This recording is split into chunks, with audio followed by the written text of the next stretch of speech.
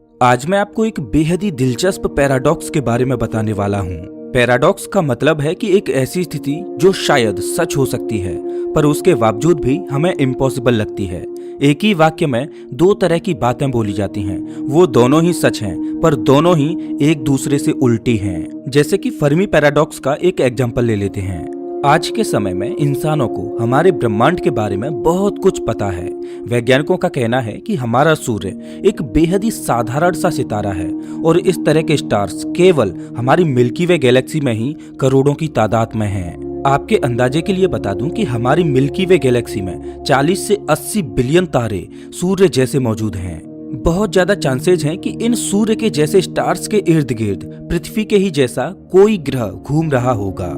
इसके साथ ही ये भी पॉसिबल है कि ये ग्रह और सितारे हमारी खुद की पृथ्वी और सूर्य के मुकाबले कहीं ज्यादा समय से एग्जिस्ट करते आ रहे होंगे। अगर ऐसा सच है तो ये निष्कर्ष निकालना मुश्किल नहीं है कि किसी दूर के प्लैनेट पर एक इंटेलिजेंट लाइफ फॉर्म होनी ही चाहिए। एक ऐसी इंटेलिजेंट लाइफ जिसकी सभ्यता और टेक्नोलॉजी दोनों हमसे ज्यादा एडवांस हों। बिल्कुल आज हम जिस तरह से सोच रहे हैं उसी तरह इन एलियंस ने भी एक वक्त पर सोचा होगा कि स्पेस के दूसरे ग्रहों पर अनोखी सभ्यता हो सकती है। इसीलिए उन्होंने ऐसी मशीन भी बनाई होंगी जो इन नए प्लैनेट्स को खोज सकें। तो अब सवाल ये उठता है कि अगर इस चीज की इतनी ज्यादा संभावना है तो अब तक किसी सभ्यता ने हमसे मुलाकात करने की कोशिश क्यों नहीं की? क्या उनके होने का हमें अभी तक कोई पक्का सबूत नहीं मिल जाना चाहिए था? फर्मी पैराडॉक्स इसी परेशानी को सामने लाता है। अगर धरती उन करोड़ों ग्रहों में से एक है जिसकी कंडीशंस के अंदर नए तरह के जीव जंतु पैदा हो सकते हैं, तो अब हम ही ऐसे यूनिक जीव क्यों हैं जो खुद सोच और समझ सकते हैं? हर जगह पर यूएफओ के देखे जाने की बात की जाती है या कई बार तो ये तक कहा जाता है कि अमेरिका के पास एलियंस के अवशेष हैं, किंतु अभी तक पब्लिकली हमें इस बात की जानकारी क्यों नहीं दी गई है? हालांकि इस पैराडॉक्स को खारिज करने के लिए ज्यादातर लोगों के पास सिर्फ एक ही जवाब है, वो ये कि हमारी धरती उन बिलियंस दूसरे ग्रहों में सबसे ज्यादा अलग और लकी है जहां पर इंटेलिजेंट लाइफ फॉर्म पैदा हो पाई है। कुछ इसी तरह के हजारों विरोधाभास दुनिया भर में कहे गए हैं और उन्हीं में से एक है ओल्बर्स पैराडॉक्स। ओल्बर्स पैराडॉक्स एक बेहद ही आसान सा सवाल हमसे पूछता है, रात के वक्त हमारा आकाश अंधेरे से क्यों भर जाता है? या यूं कहें कि रात को आसमान काला क्यों दिखाई देता है? आखिर आकाश में हजारों लाखों चमकते हुए सितारे मौजूद हैं, तो उनकी रोशनी हमें रात में दिखाई क्यों नहीं देती? आज हम इसी पैराडॉक्स को समझने की कोशिश करेंगे, तो बस बने रहिए मेरे साथ वीडियो के अंत तक। नमस्कार दोस्तों, मैं हूं श्याम तोमर, स्वागत करता हूं आपका इस वीडियो में। इस पैराडॉक्स का नाम हेनरिक विलहेल्म ओल्बर के नाम पर रखा गया है, जो साल 1758 से साल 1840 के बीच में जिंदा थे। कहीं न कहीं देखें तो इस आसान से सवाल का एक बेहद ही आसान सा जवाब होना चाहिए।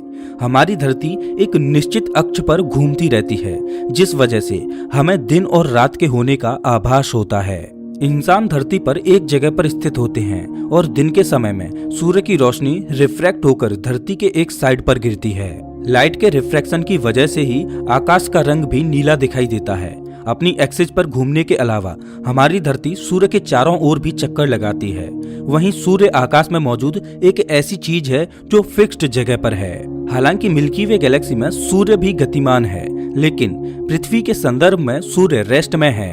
अब रात के समय में धरती अपनी एक्सिस पर घूम जाती है। हम भले ही पृथ्वी पर एक ही जगह पर होते हैं, लेकिन हमारी पोजीशन बदल जाती है। अब धरती के दूसरी साइड पर सूर्य की रोशनी गिर रही होती है, वहीं हमारी साइड पृथ्वी की छाया में आ जाती है।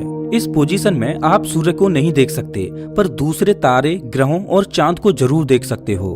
आकाश में मौजूद इन दूसरी वस्तुओं से इतनी ज्यादा लाइट नहीं निकलती, इसीलिए रिफ्रैक्शन होना संभव नहीं हो पाता। इसी वजह से आकाश का रंग रात के समय में काला होता है। कम से कम यही चीज आप में से बहुत से लोग भी सोचते होंगे, लेकिन ओल्बर का कहना है कि इसका इतना आसान जवाब नहीं है, क्योंकि वो धरती पर उस समय में रहा करते थे जब पूरी दुनिया में कहा जा रहा था कि हमारा ब्रह्मांड एक फिक्स्ड और इनफाइनाइट जगह है। फिक्स्ड और इनफाइनाइट से मेरा मतलब ये है कि ब्रह्मांड को बनाया नहीं गया था, वो हमेशा से ही मौजूद था। और तो और इस यूनिवर्स का कोई अंत भी नहीं है। हजारों करोड़ों स्टार्स हमेशा से ही आकाश में मौजूद हैं और एक फिक्स्ड जगह पर हैं। तो अब ओल्बर कहते हैं कि जब वो धरती पर रात के समय में एक जगह पर खड़े होकर ऊपर की तरफ किसी भी दिशा में देखेंगे तो उनकी नजर के सामने कोई न कोई सितारा तो जरूर होगा, फिर चाहे वो तारा धरती के करीब हो या फिर कई हजार प्रकाश वर्ष दूर। और ये चीज सही भी है। अगर हम खुद रात के समय में किसी भी डायरेक्शन में देखेंगे तो उस डायरेक्शन में कोई न कोई स्टार जरूर होगा। आखिर ब्रह्मांड में इनफाइनाइट नंबर ऑफ स्टार्स मौजूद हैं, तो ये चीज भी सच्ची होगी। इसी अंदाजे से ओल्बर ने कहा कि अगर आकाश के हर दिशा में कोई न कोई सितारा है और ये सितारे इनफाइनाइट नंबर में अंतरिक्ष में मौजूद हैं, तो उस हिसाब से रात में पूरा आकाश रोशनी से घिरा होना चाहिए था। अब सबके दिमाग में एक बात आएगी कि किसी भी स्टार के अंदर से जो रोशनी निकलती है उसकी तीव्रता दूरी के हिसाब से कम होती जाती है। जैसे कि सूर्य से निकलने वाली रोशनी नेपट्यून जैसे प्लैनेट पर बहुत कम मात्रा में पड़ती है। इसका मतलब रात के समय में एक तारा हमसे जितनी ज्यादा दूर होगा उसकी रोशनी उतनी ही ज्यादा कम होगी। लेकिन ओल्बर का कहना है कि नहीं, ये भी सही नहीं है। किसी तारे की रोशनी और तीव्रता उसकी दूरी पर निर्धारित नहीं होती, और इसे भी उन्होंने बेहद ही दिलचस्प तरीके से समझाया है। ओल्बर कहते हैं कि हमारे ब्रह्मांड में अनगिनत गैलेक्सीज हैं। कुछ धरती के करीब हैं तो वहीं कुछ गैलेक्सीज धरती से बहुत दूर हैं। अब हम जैसे जैसे दूर जाते जाएंगे इन गैलेक्सीज में मौजूद तारों और उनसे निकलने वाली रोशनी की मात्रा बढ़ती जाएगी। तो चाहे ये तारे धरती से कितनी भी दूर क्यों ना हो, इनकी रोशनी की तीव्रता पर कोई असर नहीं होना चाहिए। आप इसे इस तरह से समझ सकते हो। मान लीजिए कि हमारी धरती एक बड़े से ग्राउंड के बीचों बीच स्थित है। धरती के इर्द गिर्द हजारों सितारे चमक रहे हैं जिनकी रोशनी सीधे सीधे धरती पर गिर रही है। अब जैसे जैसे आप पृथ्वी से दूर जाते हो तो तारों की मात्रा भी बढ़ती जाती है। और ये मत भूलिए कि ये ग्राउंड इनफाइनाइटली बड़ा है, यानी कि इसके अंदर इनफाइनाइट नंबर्स के स्टार्स हैं। इस हिसाब से तो ओल्बर का कहना बिल्कुल सही है। आकाश में इतने सारे तारे हैं कि उनकी तीव्रता दूर जाते जाते भी बढ़ने ही लगेगी, और हमारा अंतरिक्ष पूरी तरह से लाइट से घिरा हुआ होना चाहिए। और एक बार सोचें तो ये समझना भी मुश्किल नहीं है कि तारों से इतनी ज्यादा रोशनी और रेडिएशन निकलेगी कि हमारी धरती ही भाप बन जाएगी।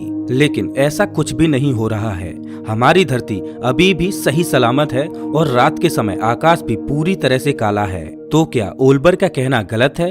अगर गलत होता तो आज हम इसके बारे में जान नहीं रहे होते। ओल्बर के इसी सवाल की वजह से हमारे ब्रह्मांड के बहुत से रहस्य उजागर हुए थे। चलिए देखते हैं कि कैसे। आप एक आसान सा एक्सपेरिमेंट कर सकते हो। रात के समय बाहर जाकर ऊपर आकाश की तरफ देखिए। ये पूरी तरह से काला है, पर शायद आपको चांद और थोड़े बहुत तारे दिख रहे होंगे। एक अंदाजे से बताऊं तो हमारी आंखें आकाश में लगभग 3000 तारों को देख पाती हैं। अब ओल्बर कह रहे हैं कि इस आकाश को सफेद होना चाहिए, लेकिन कहीं से भी हमें ये सफेद नहीं दिख रहा। अब एक बात आपके लिए जाननी बहुत जरूरी है। ओल्बर साल 1758 से लेकर साल 1840 के समय में रहे थे, और उस वक्त में आज की बहुत सी थ्योरीज नहीं थी। किसी ने भी बिग बैंग थ्योरी के बारे में नहीं सोचा था। कॉस्मोलॉजी के क्षेत्र में इंसान नौसिखिए थे।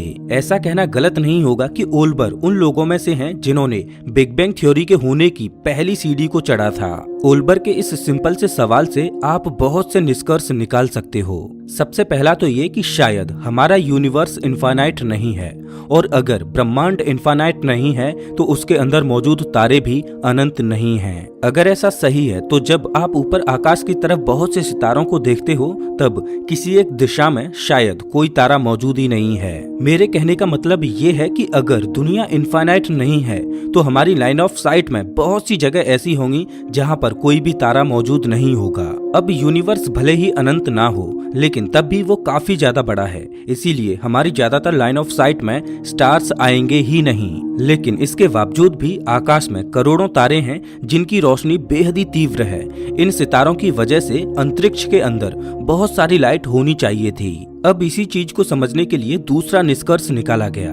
वो ये था कि शायद ये ब्रह्मांड हमेशा से ही मौजूद नहीं था, लेकिन किसी समय पर इसके अंदर की सभी गैलेक्सीज पैदा हुई थीं। शायद हो सकता है कि जो तारे हमारी धरती से बहुत ज्यादा दूर हैं, उनकी रोशनी अब तक हमारी धरती पर पहुंची ही नहीं है। अब ये तारे हमेशा से ही ब्रह्मांड में होते तो उनकी रोशनी कब की धरती पर पहुंच गई होती, लेकिन वे कुछ ही बिलियन साल पहले पैदा हुए हैं और उनकी रोशनी अभी भी अंतरिक्ष में ट्रेवल कर रही है और अभी तक धरती पर नहीं पहुंच पाई है। हमारी धरती के चारों तरफ एक निश्चित डिस्टेंस पर स्टार्स मौजूद हैं, जिनकी रोशनी हमारी धरती तक आती है। इसके अलावा जितने भी तारे इस डिस्टेंस से बाहर के हैं उनकी रोशनी अभी तक धरती पर नहीं पहुंच पाई है। लेकिन ये स्पष्टीकरण भी पूरा नहीं है, क्योंकि अगर ये सही है तो हम मूल रूप से ये कहना चाह रहे हैं कि एक समय ऐसा था जब ब्रह्मांड और गैलेक्सी जैसी चीज एग्जिस्ट ही नहीं करती थी, और फिर तभी अचानक एक यूनिवर्स का जन्म होता है जिसमें स्टार्स पैदा होते हैं और फिर धरती पैदा होती है और फिर तारों से निकलने वाली रोशनी धरती की दिशा में ट्रेवल करने लगती है। इस वजह से ये सवाल उठा कि अचानक एक यूनिवर्स का जन्म कैसे होगा, वो भी इतने बड़े यूनिवर्स का। अब इस बात का कोई तत्काल जवाब नहीं है, लेकिन इन सभी चीजों का ये निष्कर्ष निकलता है कि हमारी दुनिया अनंत नहीं है और ये हमेशा से मौजूद नहीं थी, बल्कि 13.8 बिलियन साल पहले इस यूनिवर्स का बिग बैंग की वजह से जन्म हुआ था और तब से लेकर अब तक ब्रह्मांड लगातार बड़ा होता जा रहा है। अब क्या इतने सारे निष्कर्ष हमें ओल्बर्स पैराडॉक्स के जवाब देते हैं? मान लीजिए कि अब हमारे पास एक यूनिवर्स है जो कि लगातार रूप से बड़ा होता जा रहा है। अब ऐसा सच है तो स्टार्स डॉपलर इफेक्ट नाम की चीज के थ्रू गुजरते हैं। डॉपलर इफेक्ट को समझने का एक बेहद ही आसान सा तरीका है। मान लीजिए आप रोड पर गाड़ी चला रहे हो और आपके पास से एक एम्बुलेंस गुजरती है। अब जैसे जैसे वो एम्बुलेंस दूर जाती है उसके अंदर से निकलने वाली आवाज भी धीमी होती जाती है। एक समय ऐसा आता है जब आपको एम्बुलेंस की आवाज आना पूरी तरह से बंद हो जाती है। बस कुछ ऐसा ही हमारे यूनिवर्स और उसके अंदर मौजूद स्टार्स के साथ हो रहा है। ब्रह्मांड लगातार रूप से बाहर की तरफ एक्सपेंड कर रहा है। इसके साथ ही इसके अंदर मौजूद स्टार्स भी बाहर की तरफ जा रहे हैं। इस वजह से तारों से निकलने वाली वेवलेंथ भी स्ट्रेच हो जाती है और इतनी ज्यादा पतली हो जाती है कि वो इंफ्रारेड लाइट में बदल जाती है। और हम सबको पता है कि इंफ्रारेड लाइट को देखा नहीं जा सकता। इस निष्कर्ष से हम एक और जवाब निकाल सकते हैं। अगर हमारा ब्रह्मांड तेजी से बाहर की तरफ फैलता ही जा रहा है तो वो किसी न किसी स्पीड से इस काम को अंजाम दे रहा है। जाहिर सी बात है कि रोशनी की स्पीड से ज्यादा कोई और चीज नहीं है। इसका मतलब हमारा ब्रह्मांड स्पीड ऑफ लाइट से बड़ा हो रहा है। मतलब तारों से निकलने वाली रोशनी जितनी तेजी से धरती के ऊपर आने की कोशिश कर रही है उतनी ही तेजी से वो उल्टी दिशा में भी जा रही है। ये बिल्कुल रस्साकसी के खेल की तरह है। दोनों तरफ से समान फोर्स लगाया जा रहा है, इसीलिए कोई भी जीत नहीं रहा। रोशनी बस बीच में फंसी हुई है। ना ही वो धरती पर गिर पा रही है और ना ही तो अंतरिक्ष को रोशन कर पा रही है। इसीलिए अब वैज्ञानिक ओल्बर पैराडॉक्स की मदद से पूरी तरह से यकीन करने लगे हैं कि हमारा ब्रह्मांड लगातार रूप से एक्सपैंड होता जा रहा है। जब आप रात में आकाश को काला देख रहे हो तब वो असल में लगातार बड़े हो रहे ब्रह्मांड का सबूत है। अब आपके दिमाग में एक सवाल आ रहा होगा कि अगर हमारी दुनिया बड़ी हो रही है तो इसने कहीं न कहीं से तो शुरू जरूर किया होगा। हर एक बड़ी चीज की शुरुआत एक सिंगल पॉइंट से होती है। वो कहते हैं ना कि बूंद बूंद से सागर बनता है। तो वक्त में एक समय ऐसा भी रहा होगा जब हमारा ब्रह्मांड आज के मुकाबले काफी ज्यादा छोटा होगा और शायद उस वक्त हमारा आकाश पूरी तरह से रोशनी से घिरा होगा। अगर आप ऐसा ही सोच रहे हो तो आप बिल्कुल सही हो। उस समय में सच में आकाश पूरी तरह से रोशनी से भरा हुआ था। अब यहाँ पर एक सवाल आता है कि क्या ये रोशनी ब्रह्मांड में कहीं मौजूद है? तो जवाब है हाँ, ये प्राचीन रोशनी अभी भी ब्रह्मांड में है, लेकिन यूनिवर्स के बड़े होने की वजह से इस रोशनी की वेवलेंथ इतनी ज्यादा खिंच चुकी है कि अब उसे आंखों से देखना नामुमकिन हो गया है। ये रोशनी इंफ्रारेड लाइट की रेंज से भी आगे निकल गई है और अब ये माइक्रोवेव बन गई है। बस इसी रोशनी को कॉस्मिक माइक्रोवेव बैकग्राउंड रेडिएशन या CMBR कहा जाता है और ये कॉस्मिक माइक्रोवेव बैकग्राउंड रेडिएशन एक समान रूप से ब्रह्मांड में फैला हुआ है। आप धरती से जिस भी दिशा में देखते हो तो ये CMBR उसी दिशा में मौजूद होते हैं। बस फर्क सिर्फ इतना है कि हम अपनी आँखों से उसे नहीं देख सकते। इसका मतलब कहीं न कहीं ओल्बर सही थे। रात के समय में आकाश में रोशनी जरूर होती है, लेकिन वो उस रेंज में होती है जिसमें हम उसे अपनी आंखों से देख नहीं सकते। अब आप ही बताइए कि क्या आप सूर्य से निकल रही अल्ट्रावायलेट रेज को अपनी आंखों से देख सकते हो? नहीं ना। रात के समय में भी cosmic microwave background radiation light आकाश में फैली हुई होती है, बस उसे देखा नहीं जा सकता। इतनी सारी जानकारी हमने केवल एक छोटे से सवाल से निकाली है कि आखिर रात के समय में आकाश रोशनी से भरा हुआ क्यों नहीं होता। तो दोस्तों इस वीडियो में बस इतना ही। वैसे आप हमारा ये वीडियो कौन से शहर से देख रहे हो हमें कमेंट करके जरूर बताएं। अगर आपको ये वीडियो अच्छा लगा हो तो इसे लाइक करें और ऐसे ही वीडियोज के लिए चैनल को सब्सक्राइब करें, साथ ही बेल आइकन दबाएं।